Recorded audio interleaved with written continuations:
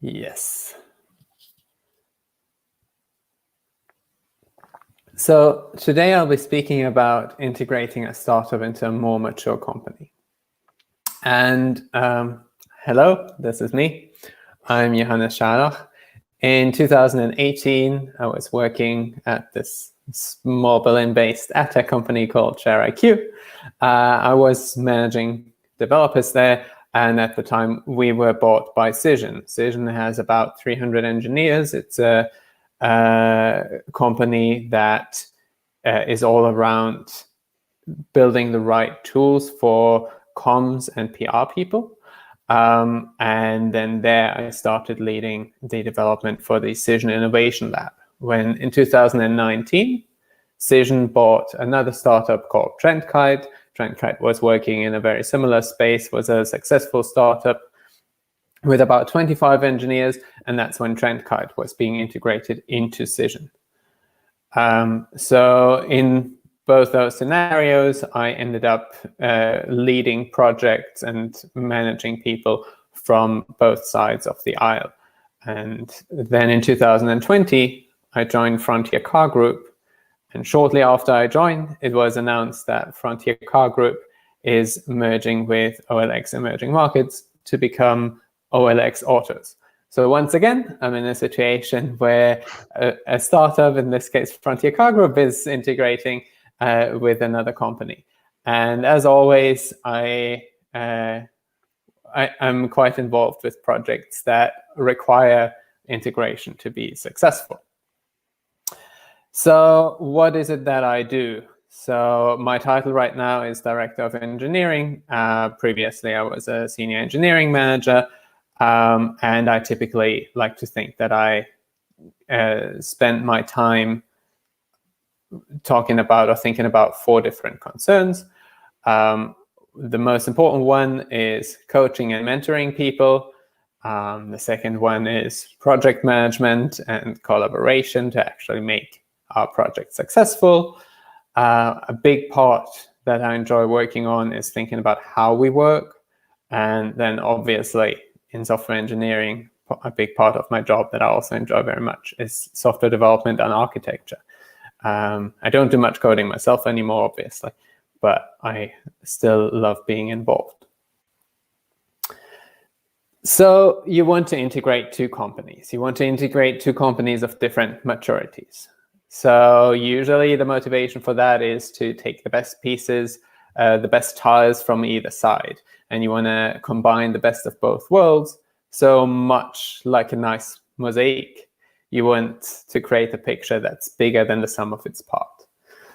Specifically, I'll be talking about the specifics of technical integration because, well, that's relevant for you as my audience, and that's my standpoint. So I might have a couple of blind spots on how a lot of other parts of the company should and will be and can be integrated.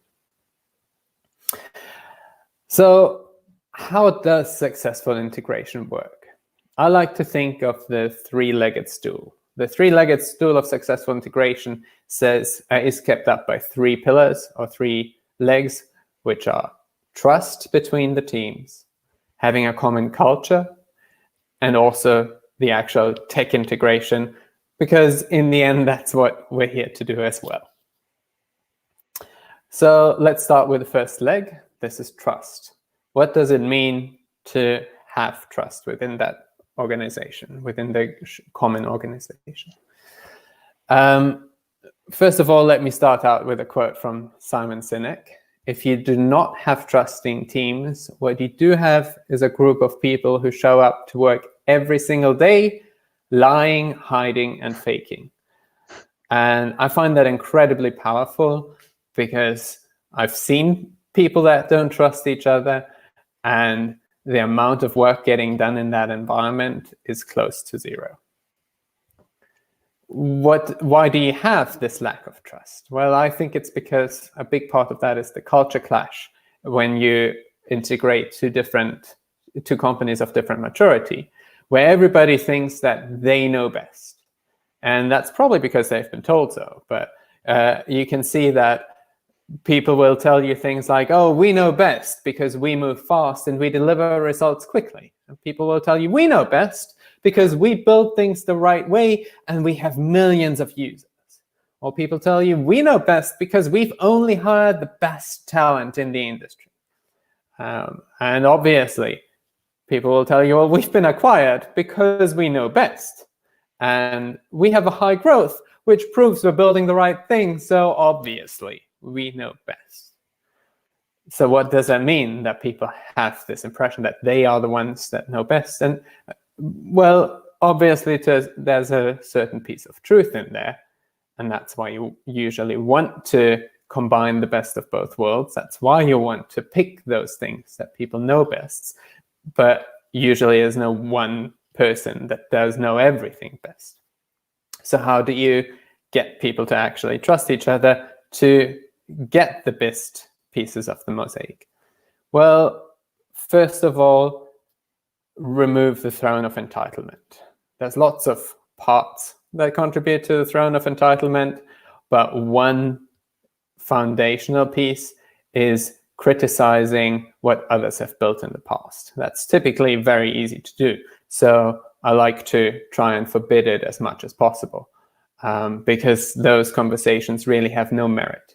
Because you can always also argue that what was built is good, because first of all, it got us where we are today, and we're still here. So that was good enough. So no way to criticize that. Second of all, at the time that it was built, it probably seemed like the best option. Third, hindsight bias is also real. So looking back and saying, oh, I knew it all along that this was a wrong idea, that's easy to say, but it's very hard to actually prove. And it's also a pointless argument to make. And then lastly, in software engineering, almost every time when you see something built and you could just build it all over again, you would do a better job than you did the first time around because you learned from it. So this is both true for the startup and the mature company. And my experience shows that you get those people criticizing from both sides of the aisle. And I also enjoy it sometimes, to be fair, because everybody's human. And it gives you a bit of a sense of superiority when you just see that others are also making mistakes. But really criticizing them publicly and criticizing them in general, well, that's a sign of entitlement. And it's a kind of interaction that should not be allowed. Second of all, create a safe space. So now that you're not talking trash about each other anymore, what do you do instead? A safe space is a place that's intended to be free of bias, conflict, criticism, or potentially threatening actions, ideas, or conversations. And you do that by always emphasizing that all suggestions are made in good faith, that people should trust each other, that they can talk to each other, and that they can be open about what to discuss. What else do you do? Well, you build trust by opening up. And this is something I sat in a meeting a couple of months ago, and people had trouble speaking with each other. You could clearly see that there was not much conversation going on. So, and it was hard for people to start talking about the actual topic that was being discussed. So I started introducing a silly game, which was, now everybody lets us know what's their favorite color. It was something that was very low stakes. There are no wrong answers to sharing your favorite color. And everybody immediately felt comfortable to share what their favorite color is because there is no wrong answer. And from that moment forward, you could see that the room was coming together.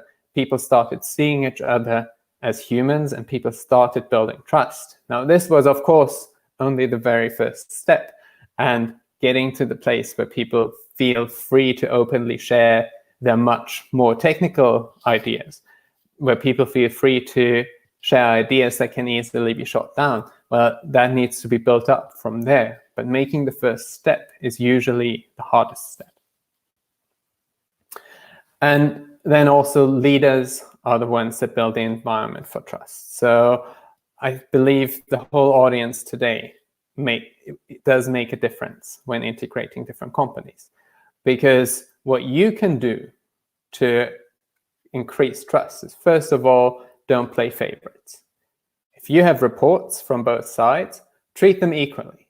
If you don't have reports, but you have new peers, treat them the same way you're treating your existing peers. That way, you'll start to set up examples and you'll start to build the environment where, in general, people can start to trust each other and there's no A versus B anymore. Now, in the end, this trust can't be forced by us as managers and leaders, but we can set up the environment where trust does improve. So what's the second leg? Engineering culture, I believe, is the second part. And that was a term, when I first introduced it, people were a bit surprised by what was meant by that. So we had to have a bit of a discussion of what engineering culture really is. And I like to think of it that as culture being the part that tells us how values are put into action.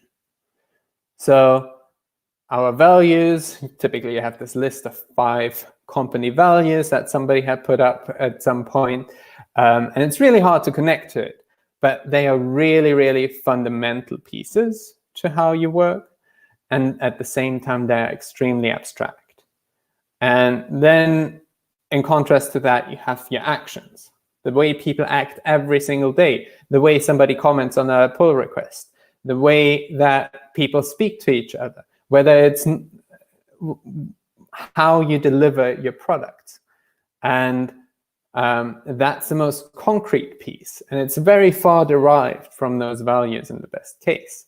And to make that connection between the values and the derived actions, what you put on top of the values is the culture that puts your values into words, you puts your values into behavior, and you describe that behavior. On top of the culture, you choose the tools that you use every day. You choose the people that you hire. And that then in the end drives the actions that you take every day and how you take them. Why is it so important to build a common culture? Well, without it, chaos ensures. So the effects that you have from not having a common culture that you may have for at least a little while if you don't intentionally build it are things like conflict, lack of motivation, lack of identifying yourself with the company, and you get knowledge silos that are building up more and more over time. And why is that? Well, you get conflict because people end up in misunderstandings. There's different cultures, there's different ways of communicating, there's different assumptions. They don't speak the same language. Second of all, why do you get a lack of motivation? Well, it's because suddenly the rules of recognition have changed because you are forming this new company where you're picking the best of both worlds, and nobody really knows what's valued anymore, what's recognized anymore, and people end up really, really confused if doing the same thing that they used to do 6 months ago is not giving them recognition anymore. Well, they are not going to be very motivated. Then further on, why does this lack of identification with the company happen? Now, that's because when you look at those values that I talked about earlier, and you just have this list of 5 or 7 different values, well, it's really, really hard to connect that into your day-to-day life without calling out what the culture is that's derived from that. So people feel replaceable. Anyone who agrees to that list of 7 values will be able to completely replace you, and nobody will notice the difference. And lastly, knowledge silos. Where does that come from? Well, I believe it comes from a lack of collaboration. Without a common culture, you don't know how to interact with each other. So you will just work with the people that you're used to working with, and you'll build your own ivory tower only with your inner group. So what are we doing for OLX Autos and for how we are growing this new culture? First of all, we had to take a step back and document the pre-existing cultures. Historically, in both companies, the culture had just built up over time, And there was no document that would perfectly describe the culture at the time. So we had to take some time and write it down on how we actually work together. Second of all, in a small working group, we are creating a draft document that describes the desired culture, what we want to get to. To then roll out that culture eventually, all we can do is plant the seeds of the culture through all engineering managers into all of the current employees, because we cannot decide on a culture and just roll it out. All we can do is plant the seeds and hope that it grows in the direction that we've desired. Because in the end, the culture is the way people actually act and behave. It's not a document that you can write. So, and then furthermore, we make it part of hiring and we make it part of onboarding so that all new joiners will quickly understand what our culture is and how they can be successful at OLX Autos as well. And lastly, this only helps when it's backed top down, because you cannot create a culture if it's not lived on all levels of the organization. What's our third leg? Well, that's the technical integration. And that's probably one of the main things that everybody here is also wondering about as well. So then how do we work together successfully? And I believe there's a couple of guiding principles that can help us with that. First of all, sunk cost is not an argument that should guide you in making a technical evaluation.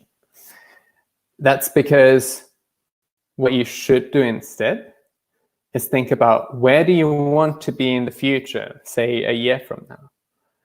Then forget about the sunk cost. It's not going to help you much to think about what you did 3 years ago, because it has no influence on where you will be 3 years from now. The only thing that does matter is what you actually do have today, and then figure out what solution will get you, based on what you have today, what solution will get you where you want to be a year from now.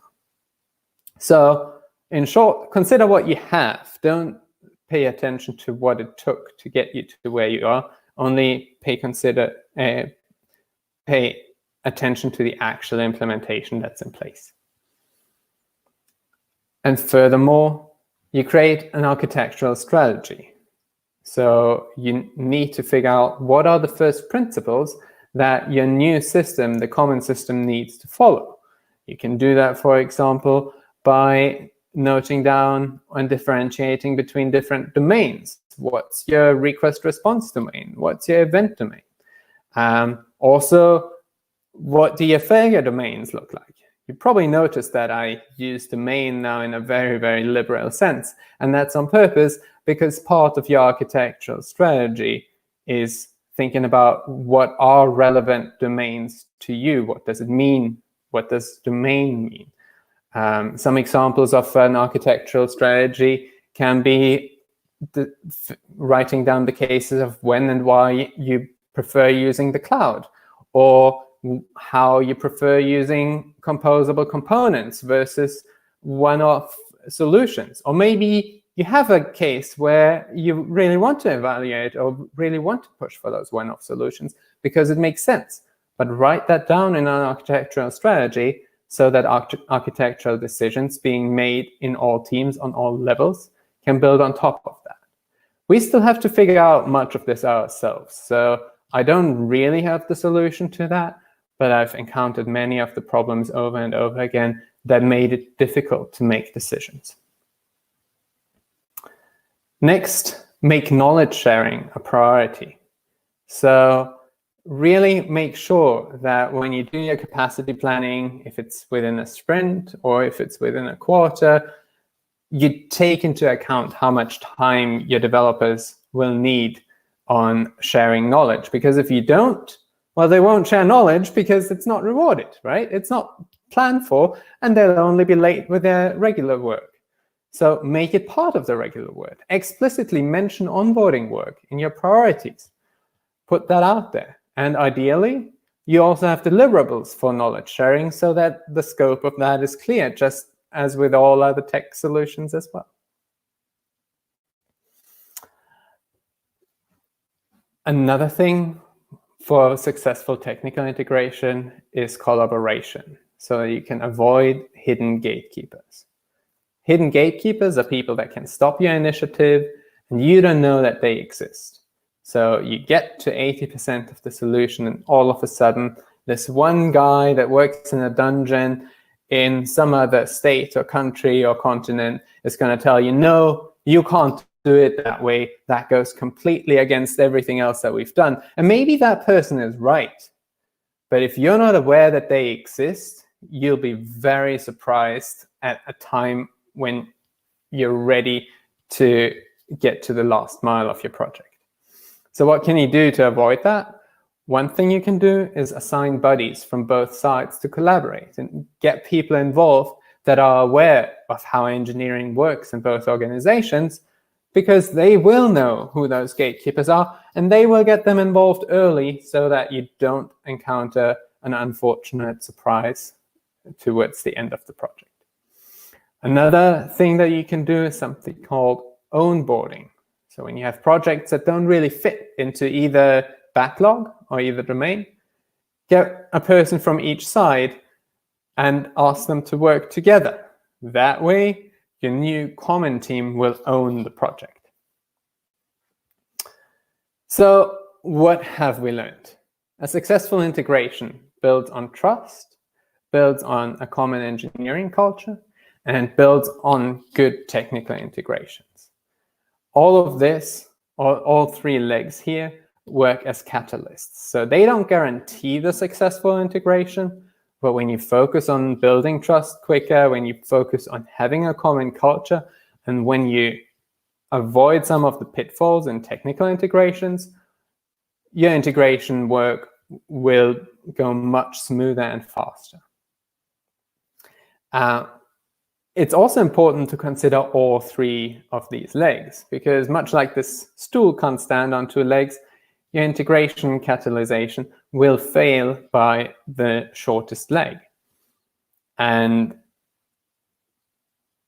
in the end, you can actually fast track many of those topics. You need to start from the basics of building trust, much like talking about your favorite color, or the basics of culture, like communicating what your company values are again, or writing down your technical architectural strategies.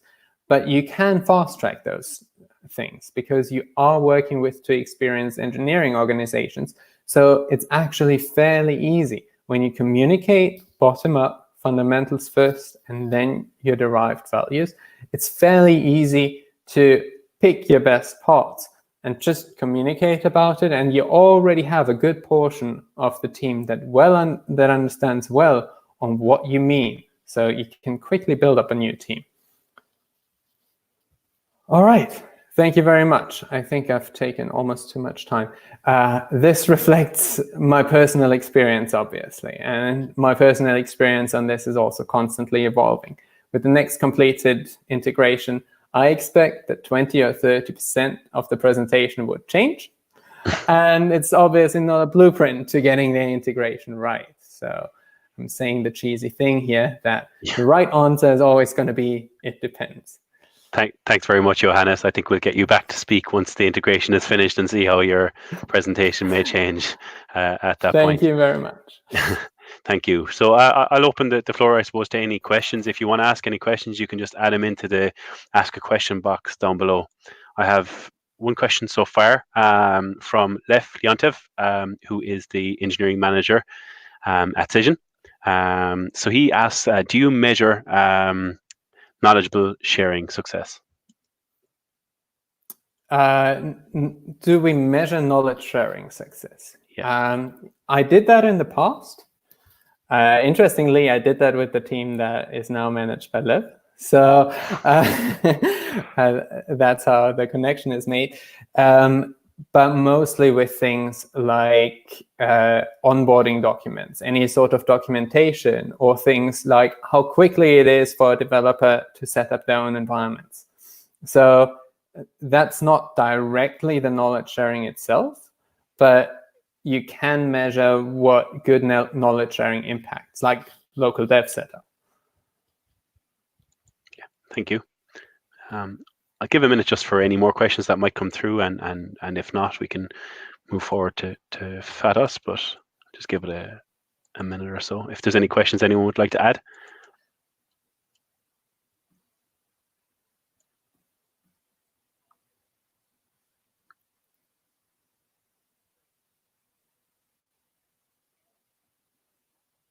Okay, I'll come back to some questions maybe at the end if they come through. So if anyone would like to ask Johannes a question throughout the rest of the event, just ping it in the question box and just note that it's for Johannes or for Fatos. So next, I'd like to move on to Fatos Hoti, who is the engineering manager at Klara in Berlin. So Klara are a revolutionary medtech startup, and Fatos manages a team of high-performing engineers who, like pretty much everyone in the world right now, has had to move fully remote, along with Fatos having to onboard new members, and he'll speak of his experience. Obviously, the medtech industry is of huge importance right now and of huge focus. So I'm sure Fatos will have some really great insights. Yeah, can you hear me? Yeah, I have a question that has come through now for Johannes. So maybe do we want to take that first and then move on to Fatos? Okay, cool. Okay, so what about sharing and aligning success metrics like OKRs? And that comes from Alessio Colombo. Yeah, I believe that that's a critical part, and in particular, that lives close to the knowledge sharing, in my opinion, because that's kind of what happens. If you have two teams that have related OKRs and one can only be successful when the other is successful, part of your priorities and part of your capacity planning will be that you spend time on the same things. But the success metrics don't guarantee that you actually speak the same language in terms of your engineering culture, and they don't help you directly with building trust between teams, because trust is something that you cannot really measure, right? So the OKRs are good for the technical integration and for the technical leg, but if you only look at that and you forget about the rest, that might get you to sort of overfit and worry too much about some of the non-interpersonal things. Okay, great, thank you. And a question from Claire Kelly. What has been the biggest challenge in implementing the three-stool approach? Honestly, until not too long ago, I wasn't aware that it was a three-legged stool. And with every integration, I learned about one more pillar that is critical in order to actually have success. The first time around, what worked really well was the knowledge sharing, but we understood we were not speaking the same language. We weren't particularly great at having a common culture. The second time around, I noticed that, well, the culture was kind of working out, but the teams did not trust each other. So really, I would need to tell you after this integration is done if it worked this time around or if there's actually a fourth leg. Okay, great, thank you. So Fatos, apologies for the interruption. If you'd like to go ahead. No worries. Actually, by the way, a great presentation. I enjoyed quite a bit what I was hearing. Okay, so I'll assume that everybody's seeing my screen at this point. Okay, yeah, this might be a good continuation of what Johannes was talking about. So a little bit about me. So my name is Fatos Hoti. I'm from a small town in Croatia called Pula. I've lived both in Pula and Zagreb for about 30 years of my life. And then about almost 5 years ago, I moved to Berlin. What I've been doing for the last 2 years or so, I've been managing a team, or a growing engineering team in a company called Klara.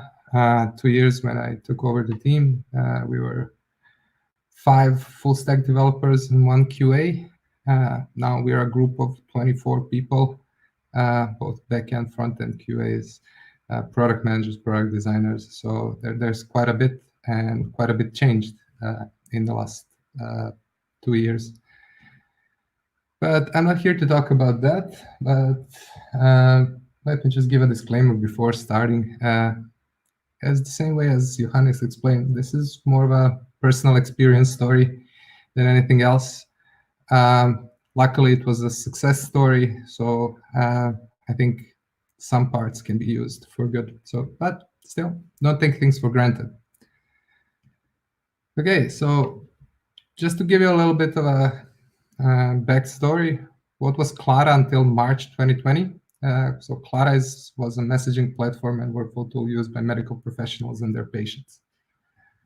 Somewhere mid-March, we kind of changed the definition of what we are, and Klara became an end-to-end virtual care platform that helps medical practices stay connected with their patients.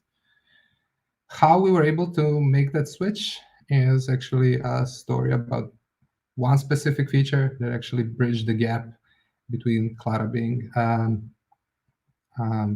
communication tool to something being an end-to-end care platform. And this story starts with the lockdown. Like every other story in the last 12 weeks, it starts somewhere around March 13th. And the news were saying that we are seeing an increase number of COVID-19 cases in the US, and people are starting to panic a bit, but nothing to worry about still. And around Saturday, I got a message, and it was, "Hi, Fatos, we're looking how to better organize the inbound channels, phone, web, SMS, to help patients' communication regarding COVID-19. And that was okay. Like, that made sense. We are a medtech company. Like, people need communicating. Okay, like, all good. Sunday, a message was a little bit different. So, "Hi, Fatos, just to keep you informed, the situation in the US is changing rapidly. We might need to reprioritize some things in our roadmap to better help doctors in this situation." And again, I was like, it was the weekend. I was like, okay, like, makes sense, like all valid points. Then on Monday, "Hi, Fatos, I'd like your opinion on feasibility of implementing a video call option in Klara."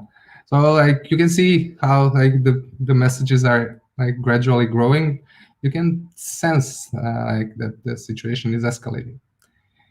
And then on Tuesday, the message was again a little bit more urgent. So, "Hi, Fatos, is it possible to drop everything and have a working video call solution until the end of the week? Product team has already done some work in terms of research, and we have a low-level design mock." So at that point, it became pretty clear that we're going to be doing a video call solution inside Klara. And the day they started on Wednesday with the CEO approaching the whole engineering team, and in a nutshell saying, "Morning, everyone. I wanted you to know that we're dropping everything, and we'll focus completely on delivering a working telemedicine solution for virtual visits until the end of the week, Monday the latest." So at that point, we've been at home for about 3 days. We had some remote experience. We are a co-located team by definition. We do foster the culture of remote work, but we've never actually spent like a prolonged period of time while everybody was working remotely. And this was a time pressure situation. So basically every hour, more or less, that we had between Wednesday and Monday, which was our planned release date, were really important, and we needed to organize ourselves in a certain way. So what was the team that actually tackled this job? So it was 6 backend engineers, 4 front-end engineers, 2 QA engineers, 2 product managers, 1 product designer, and 1 engineering manager. So this group of people actually like said, "You know what, let's give it a whack and see where it gets us." So we started off everything that follows now is kind of a train of thoughts and chain of events that happened in the next 6 days or so. So what we immediately did was we booked a kickoff meeting with the product manager, product designers, and a few engineers. You'll want to invite those few engineers that you want them to be leading something down the line. So those will either be the people you trust with your life or have a little bit longer period working inside the company, know the product, what you would usually call like senior engineers.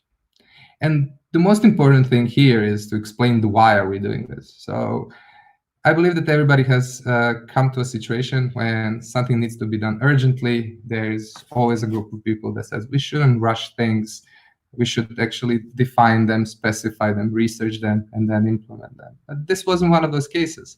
So we needed a commitment on the why from like our most senior engineers. When that was all said and done, like we needed to agree on a scope. So what's possible until Monday? This took around 30 to 45 minutes because you start developing like a really simple thing, and then somebody has an idea, and then you add it to the scope, and then the scope increases.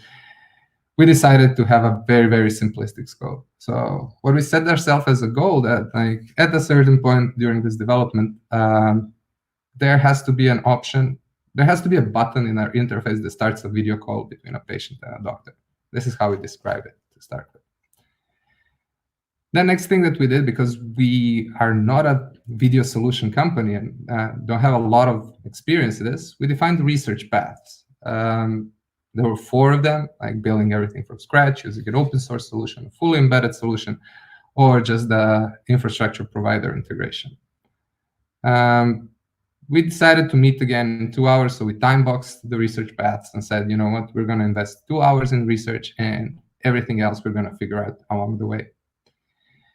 It's the best thing if you're going to, as a manager of a team, if you're going to be a part of this research, it's best to take the path of least success probability. Why? You want the actual engineers to have the biggest chance of implementing this, and with them starting the research, you have the greatest chance to actually be successful at it. So we met back for the research audit meeting. We decided to move forward with integrating an infrastructure provider. And at that point, because of the very specific nature of our business, we didn't really have either a BAA signed with one of the companies, and the other company, we just contacted their sales team, and we're waiting actually for a confirmation that we can like move past the sandbox integration with them. And by being a HIPAA compliant platform, like a HIPAA compliant provider for the video infrastructure was required. So by like not knowing a lot what lies ahead, we decided to structure 2 teams. They will both be tackling one of the implementation paths. They will both take a separate provider, and we set team leads and then started setting goals. In this meeting also, we defined the common models and client-facing APIs. We defined high-level code structure and naming convention. If I have one piece of advice, like write everything down in this meeting. We forgot to write something down in a rush. It kind of cost us a little bit at the end. So if in hindsight, I would have written a couple of more things down during this meeting. The next thing that was set up was the overall communication. So we were all at each other's apartments. So like we needed a way to communicate as seamlessly as possible. So separate Slack channels were created. Each team, we created video rooms, so one for each team and one common one for actually syncing, and created Jira Epic, or whatever is your project management tool of choice. And start putting tasks immediately. When you have an overall idea of what you're building, like start putting it, like even if it's with poorly written specs, even if it's the titles only, like just don't make it a part of a Google Doc that you then have to move somewhere else. Like just move it to a project management tool immediately. It will save you a bit of time. And define what we want to build. So this was kind of the most important take from this meeting. So we defined the scope, we defined the features, how we want to look at, how we want them to look like, and we defined the user flows that were supporting that. And at the end of the day, you need to invite the whole team in. So you've been working with the selected few. Now, whatever you did that day, you need to communicate to the rest of your team. This becomes really important later on. So getting everybody like committed to why and what. Like that part is so crucial here, because down the line, those will be the people that will be pulling their weight the most. And if they're not fully committed, they won't be doing it that easily. Like present the communication channels and politely warn that this will require some overtime work from everyone involved. Don't sugarcoat it. Like the situation is like that, and like you're running against the clock, and just make things as transparent as possible. And the easiest way to do here, to actually get everybody on board, is to lead by example. There are other ways to do it. I found that by leading by example and being the first one to pull actually energizes the team to do the same. So the first day actually finished, and we had something that we learned from that day in hindsight. So have everyone aligned on why and what. It's the most crucial thing you can do on the first day. And then have some tasks specified for tomorrow. Like, don't leave everything empty. Leave a little bit of work to be done. Get a semi-good night of sleep, wake up in the morning, and the work starts actually. So what we did, we met in the morning, and you as the leader of the team had to come prepared to these meetings. Chances are people in your team are going to be looking at you for advice, for leadership. So you have to be prepared. And that morning I came actually prepared with the whole day's plan. So the first thing that I did was I presented what happened last night. And this is where the last comment, have some work prepared, comes into handy. 2 or 3 engineers just were like super excited by the whole feature that we were building, and actually built the whole common API and common models. So there was 3 pull requests waiting for us to wake up in the morning to review them, which was fantastic. That actually accelerated us immensely. So we split the day in 2 parts. There's going to be 2 focus blocks, one of 2 hours, one of 4 hours, and they're both going to have goals. So in the first one, we're going to review last night's work and deploy to a remote development environment. We're going to sync and then start the second focus block. And the goal for that second focus block was to actually deploy happy paths for both providers to remote environments. And we're going to sync at the end of the day to review that. While those focus blocks are ongoing, you probably won't be writing code, but there's still a lot to do. Again, everything is moving really fast. There's a ton of questions flying around. So your job as an engineering manager of the team is also to manage communication that comes in and out of the team. So keep information flow. In this case, it was with the project managers, VP of engineering, and CEOs. And you're probably going to be dragged into another meeting that's to do one more round of solution engineering on the proposed design. And this is a good time to actually start writing the next iteration stuff. There's going to be ideas on how to improve things, how to make it better, but remember the scope and remember the end goal. So open a card titled next iteration and start writing things. It actually helped us immensely a month and a half ago when we started working on a second version of this feature. We already had a ton of feedback to work on top of. So at the end of the day, we actually missed the goal. We weren't able to deploy the happy paths for both providers, but we kind of considered it a success. We weren't very far away from it. Very important thing to say here is, it might sound cheesy, but keep thanking your team. Keep saying thank you for everything. It's kind of a stressful situation for everybody to be in. And chances are that your words as a leader of that team have weight. So thank everybody and be supportive, be positive. At this point, everybody has been working for 1 day full. They're pumped. They are supercharged of ideas, and everything is moving as it's supposed to be. In the after hours, again, 3 or 4 people just kept at it, and they reached the goal somewhere around 10:30. When we actually reach this goal, I felt comfortable of committing to a deadline with our CEO, VP, and the whole marketing department. And at that point, we made an official announcement through our social media outlets that we will be launching this next week. As our investigation and research went into two different ways, we actually made a decision to, after Thursday, continue with only one provider.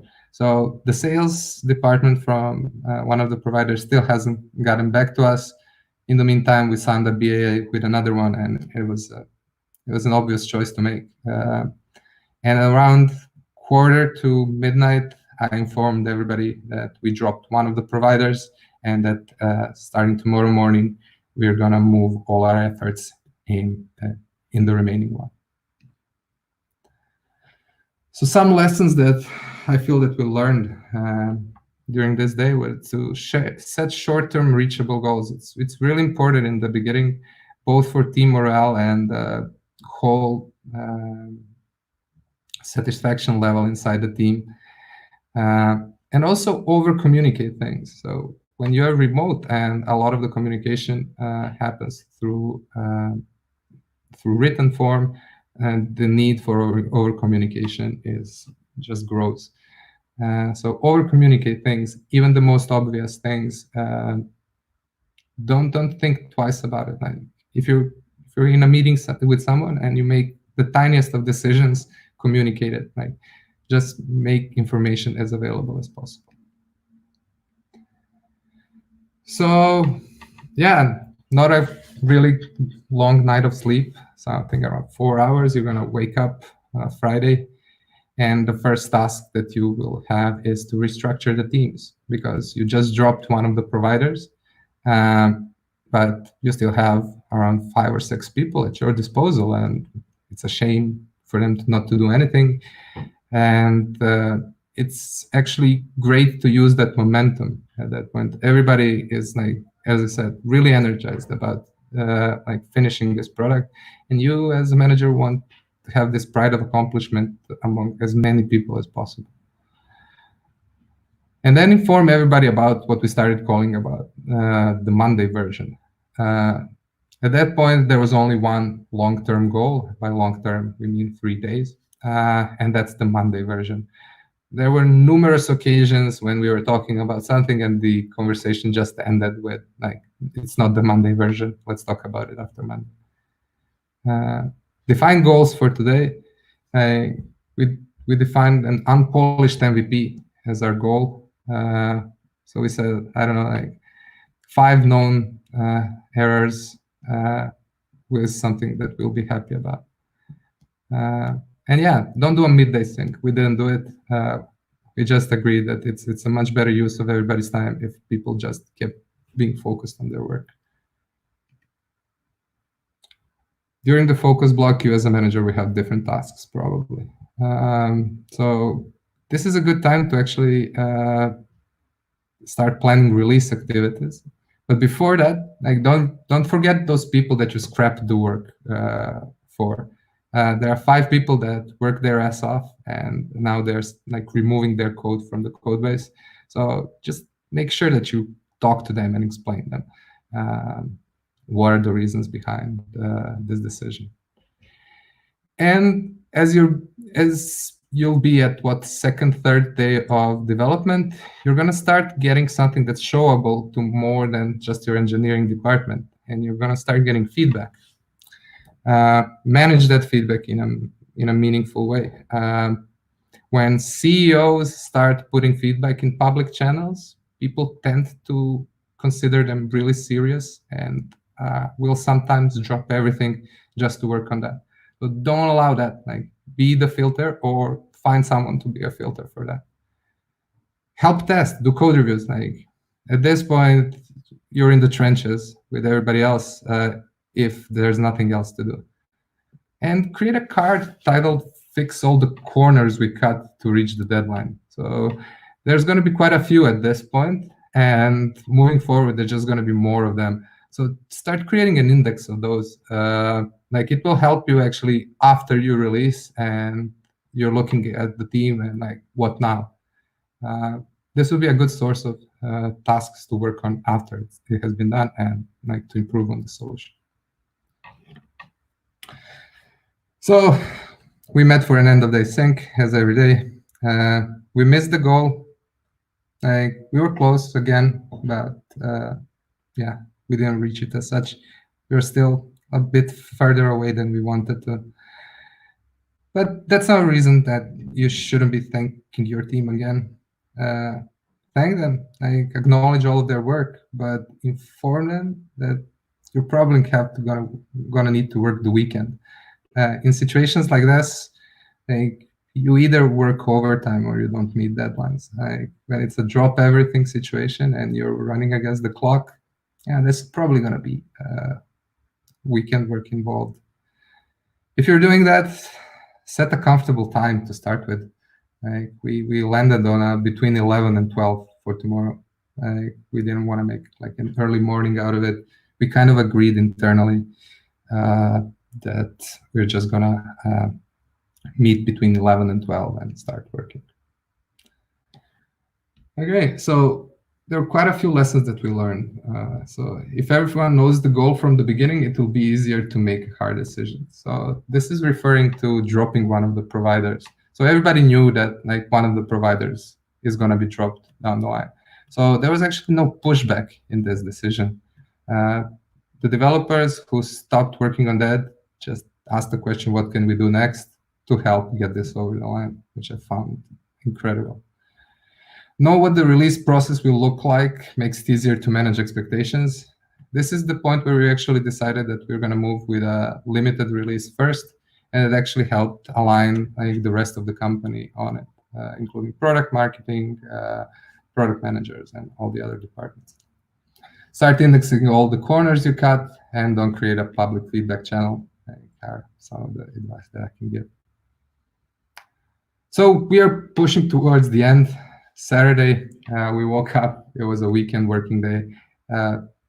Don't force any structure on Saturday.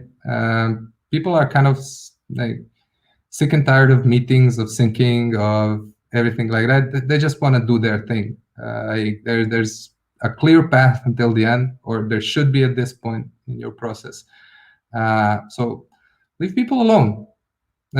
Ask if you can help. Do roadblock management. Manage the other parts of the company. But leave the engineers alone. At this point, they've been 3 days at it. They are so focused on the work ahead. Nothing you can do as a manager will actually improve on that.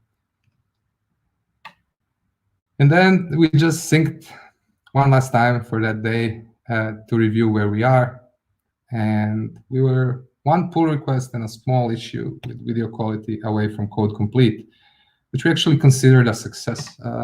We knew that tomorrow we still had something to do, but it was very, very reachable. We made a rough plan around it, so fix remaining issues, try and see what can be done about video quality, and start preparing a release. So yeah, some of the items that I've learned on that day. So if your culture is set right, you don't need to force people to work the weekend. Yeah, actually, at a certain point on a Friday, I asked who is volunteering to work the weekend, and absolutely everybody volunteered. Was it peer pressure? Was it something else? I'm not sure, but I wouldn't say. At that point, we had to say, you know what, thank you, everybody, but we just need 4 to 5 people for the weekend. Not the whole team has to be here. And if you're working the weekend, yeah, don't start too early. Give it some time. Sunday, no meetings. As time progresses from the beginning of your drop everything process until the end, you have to wean out meetings and its cadences. People either get really frustrated. So no meeting schedule for that day. People just started checking in around 11. In a written form, do like a small nudge and inform everybody there is a goal for today, and for us it was 1.0 ready for production. And then just don't get in the way. Trust the people that you're working with. They got you to this point. They got the company to this point. You just have to let things go and allow people to finish the work that they started. So in the late afternoon, we reached code complete. Everybody was super happy, like Sunday beers, all of that. Yeah, I know that I said don't do meetings, but make a 5-meeting ad hoc one for the people that work the weekend, like have an all around clapping for each other. Like it really makes everybody feel happy. And don't forget to be super thankful about everything that those people have done during the weekend. And then identify those heavy hitters that like pulled the extra weight during the last week, and thank them in person. Like, take the time and like do it on a person-to-person level. And sooner or later, somebody will write in the Slack channel of your company, like the general channel, that the goal was reached and that everything is great. And this is your cue to actually step back and allow the plaudits to be given to your team. Like, you have nothing to do with this at this point.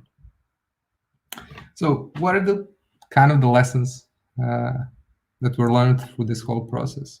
Is that if you have a good team culture, you as a manager or a leader of that team will be able to make incredible asks. Like, nothing will be a problem. By aligning people to like the reason and the goal, no ask you make will be a problem.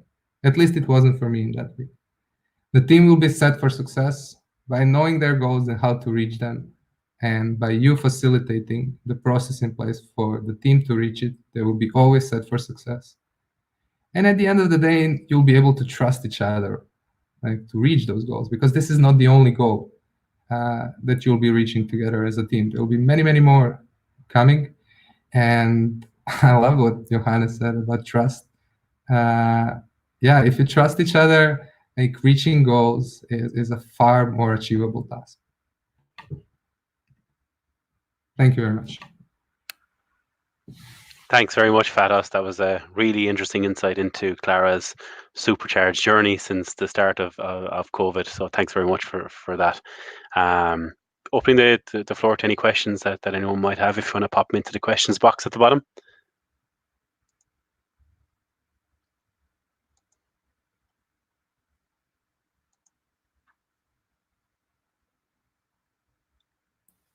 Yeah, thanks for the presentation also from me. I loved it, and I could really see myself enjoy that week of extremely hard work. So yeah.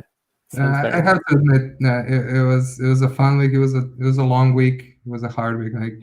Like after that, like, the release wasn't as smooth as possible. We reached a couple of obstacles along the way. Saw some new errors in our loggings that we've never seen before.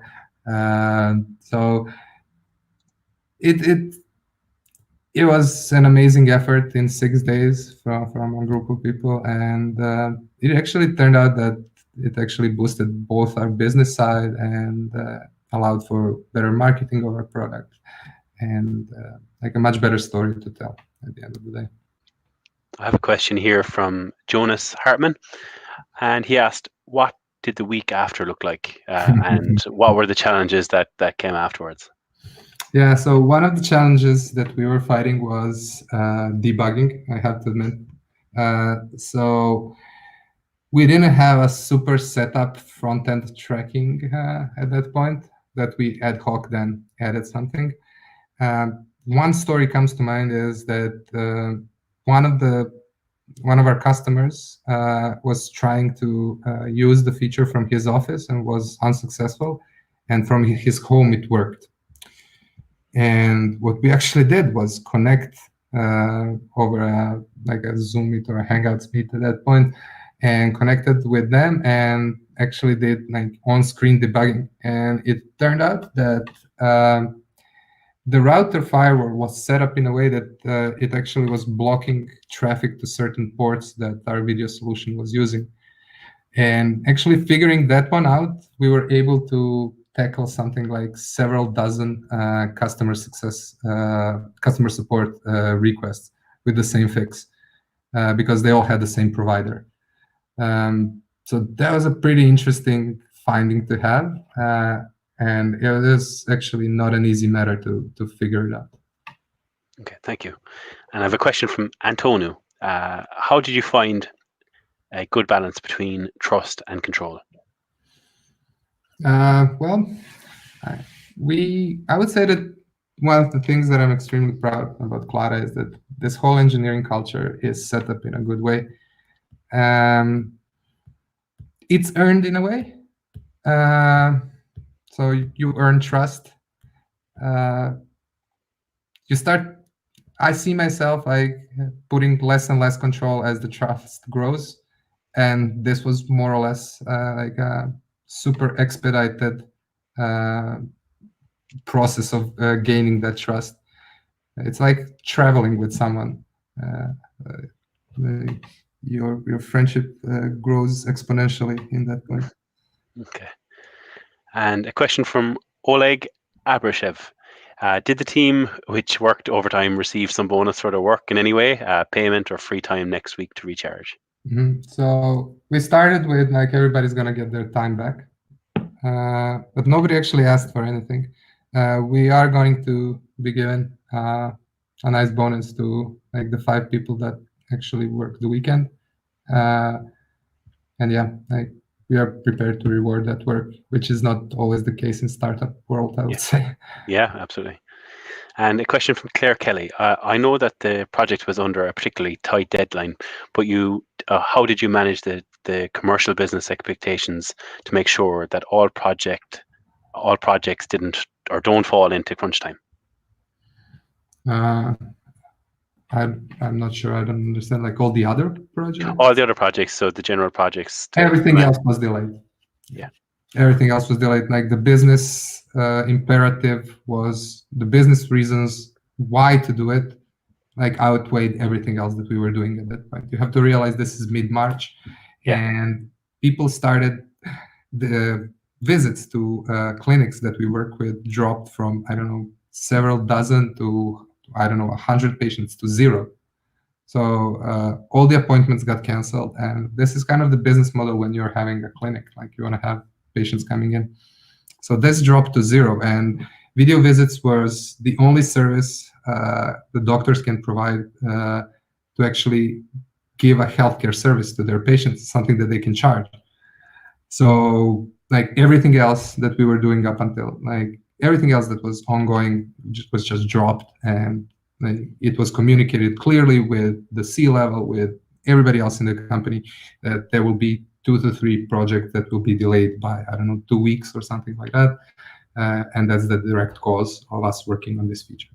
Yeah, absolutely. Great. So I think that's every one of the questions answered. Thanks very much for your questions also, everyone. So yeah, I suppose, look, thanks very much for everyone who took the time out to attend today, and to Johannes and Fatos for speaking. It was a really great event to kick off our series, and hopefully we'll have many more like it, and eventually have one face-to-face, and where we'll go and meet up and hopefully have some food and a few drinks afterwards as well, like we planned. If anyone has any suggestions on what you'd like to have included in the next event or any of the future events, please let me know. It's very much an open forum, so any of your recommendations will 100% be taken on board. If you'd like to nominate yourself as a speaker for any of the coming events, also please let me know. As I mentioned, I'll be sharing the details to our Tech Leaders Berlin tribe account, so I'll be sharing that over email with everyone over the coming days, and so please do sign up to that, share as much or as little as you'd like, but you will receive updates with regards to our future events and so on that platform, so please do sign up. And finally, if you have any friends or colleagues who you think would like to be a part of this community, please feel free to share. It's ideally aimed at tech leaders based in Berlin, so please feel free to share with anyone you do know. Will do. All right. Thanks very much, everyone. Have a good one, everybody. Have a good evening. Okay. Thank you. Bye.